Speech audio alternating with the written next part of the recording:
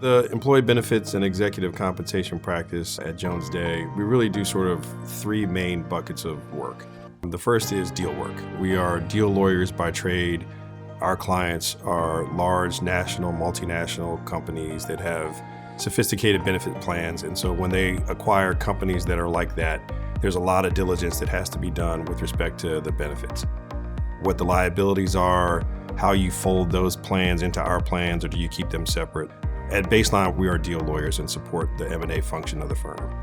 The second bucket is litigation. We do a lot of litigation with respect to our clients' employee benefit plans, it's class actions, it's executive compensation litigation, things like that.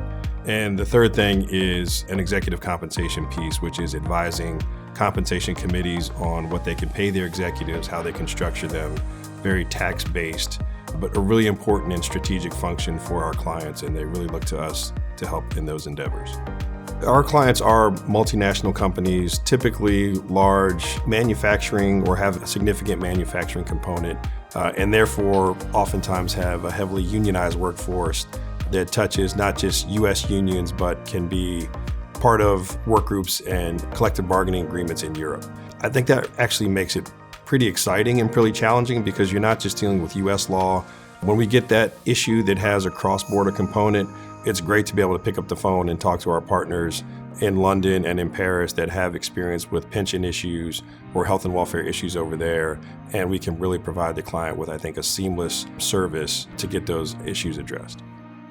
One of the things I really like about the employee benefit space is it's always changing. Congress is always coming out with a new law or an agency's coming out with a new regulation that impacts our clients in a significant way.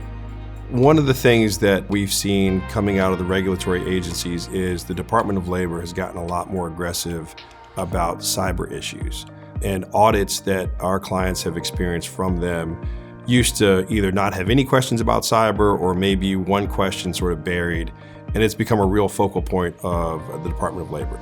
Another thing that's topical, and it never really changes in the grand scheme of things, but it just sort of evolves, is the ERISA plaintiffs bar is always active, and they're always finding a new claim or a new angle on essentially a breach of fiduciary duty claim. So it used to be in your 401k plan, you didn't offer your participants enough investment options. And then lawsuits started saying you're offering too many investment options to confuse your participants. Lately, it's been COBRA notices have a technical violation. And then the latest is 401k fees are too expensive. You should use the size of your plan to reduce those fees for your participants. So we're always monitoring what the plaintiffs bar is bringing. We're advising clients on, if possible, how they can avoid litigation.